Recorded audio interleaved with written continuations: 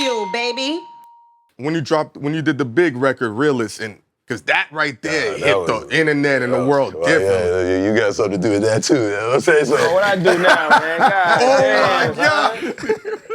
Because I know Puff was tight about that record. Yeah, well, like I said, while he was living the life, touring, enjoying life, dealing with a Rough Rider tour and getting all the fucking accolades, we were in the hood just trying to be like this guy. So I had to be near who he be near. So, Trackmasters was one of the niggas he fucked with. So I got cool with them niggas, you know what I'm saying? So I don't know, one day, he gave me all these dats, random dats. Yeah. And when you're bored, you just go through the dat to see maybe something you missed or whatever. And then one day I'm going through the dat, and I'm like, what the fuck?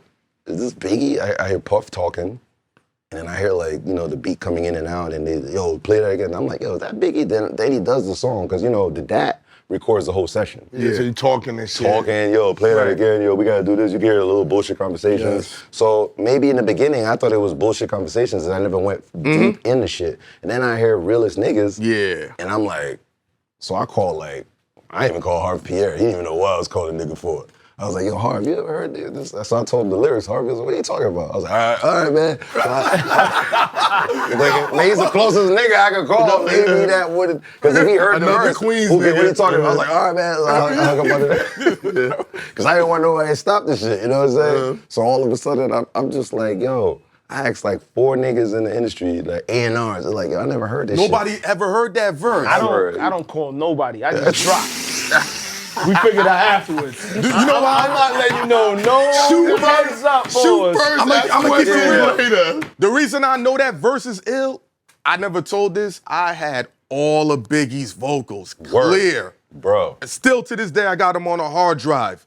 And when I heard that, I went through the list.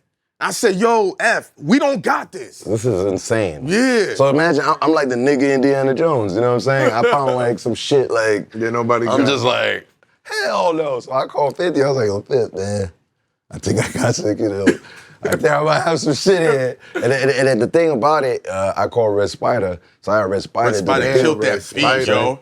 Yeah, I called Red Spider. He did a beat where it made sense to go with it. Yeah. Because, when you have a dat, you could do a hard right, hard left. Yeah. And hard left would be a cappella. Sure. So that's old school back then. It's not like now. You can just get an app and but I heard this shit and I called Fifth. I was like, yo, man, Fifth, just get on this shit. This sounds like some shit if you met Biggie, it would make sense. Because, back then, Puff was putting Biggie on mad shit. Biggie and Bow Wow and all the way. I was like, what the fuck going on? Biggie be like, what are you doing? You know what I'm saying? All these random niggas. I'm not dissing Bow Wow. I'm just giving you an example. I know. It'd be mad random niggas that Biggie would never meet or fuck with, So, but I don't care. Whatever. That ain't got nothing to do with me, right?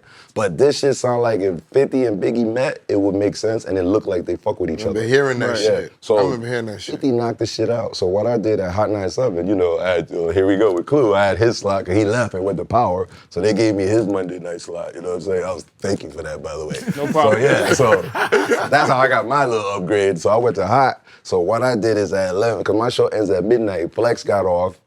Angie Martinez is driving. Chris Lighty's on his way to Jersey to his mansion or whatever. So what I did is 11:55. I know Bad Boy is right up, not far. You know what I'm saying? So what I did is 11:55. I set it up to play, but I had 5 minutes to get the fuck out of there. I had my brother got the car ready downstairs, everything. So I took the the escape elevator. On the side, right? The elevator. It's like a Hot 97 elevator. You got beef with an artist. You gotta go out to the side. Back to the side. You take the elevator to safety. You just. Mano be out there yo, everybody talks about how Mano was outside. Funny. Everybody talks about how Mano was my nigga. I have to deal with that. Mano was going crazy. He was downstairs terrorist, go ahead. So I'm in the car escaping, and then Angie Martinez. But the thing is, I did the Bad Boy mixtape. So what I did is I took one of Puff's drops and put it in the beginning of the song.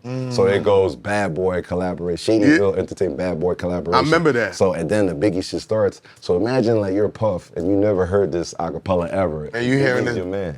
But you never heard it. And you're in the intro of a record and 50's on the song. So it's I'm already gone. I had to go on a tour with 50 for a couple months. So I didn't have to go back to Hot. Yeah. Follow me. So I already mapped it out. So this nigga Puff, yo, I heard the nigga was flipping tables. You know, That's yo, crazy. every table in Bad Boy was like midair, like I'm talking about Marble. Like Marble was like spit. That nigga turned into an incredible nigga or some shit. Like he was like, see it. So nigga pissed off. I guess they went up there. Chris Lighty called me. What the fuck is this, yo? Because you know he had to deal with the management with 50 and all that stupid shit.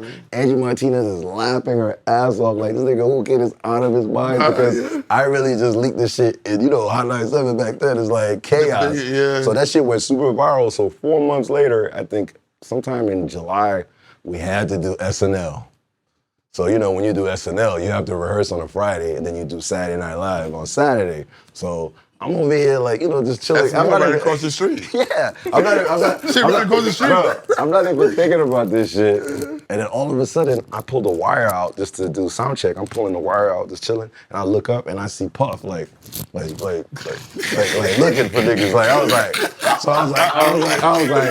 yo, I wish I could make this shit up. Just like Puffy, though. Look just like Puffy. You know, I saw him coming down like he looking for niggas. What's up, Playboy? So yeah. What up, Playboy? Yo, Playboy, you gotta talk to me, Playboy. Daddy, whatever. Yo, so I'm over What there. up, Daddy? Yo, so I see the nigga, but I don't know if you know SNL. It's like a fork. It's like a T. Yeah. So he has to like meet me. So I didn't want to show niggas I was pussy. So I see the nigga, but I know once I get into 50 dressing room, he ain't gonna touch me. You know what I'm saying? So I'm trying. Yeah, it's crazy. So I was like, I left the wires. And I'm like walking mad fast. I'm like, oh shit, I'm walking. I'm like, so I'm trying to walk like fat, but not look like I'm pussy. I'm like maybe 1 second from running. Like, so, you know, like the fast, but not too fast. So, but you still look good. It's mad white people. They're like, white people are like, what's going on here? Is there problems? I'm like, psh. So by the time I get to, he catches me on the tee. And they put me like in this soft headlock. Or I don't know why he got me in the headlock. So 50's in there chilling, the door opens. And then all you see is like me, Puff, I'm in the headlock, and then he's like, 50 starts laughing, because once 50 see Diddy, he's on Puff or whatever, he's like, yo, what's up, man? But the song is out. It's on rap. It's everywhere. He's like, 50's like, what happened, yo? So I'm just like, yo, nigga laughing. I'm like, oh, shit. So then Puff's like, yo, where you get the song from? I want to know right now. I want to know right fucking now. I was like, yo, come on, man. You know, cool to the streets, man. Yo, 50's like, tell that nigga, man. Oh, man. Yo, and then I was like, oh my God. So yeah, like I said, the first niggas that shouted you out, I said the name. Yo, that nigga let me go and ran, yo. I was like, yo, it felt like... You said you got it from Cliff? No, I ain't say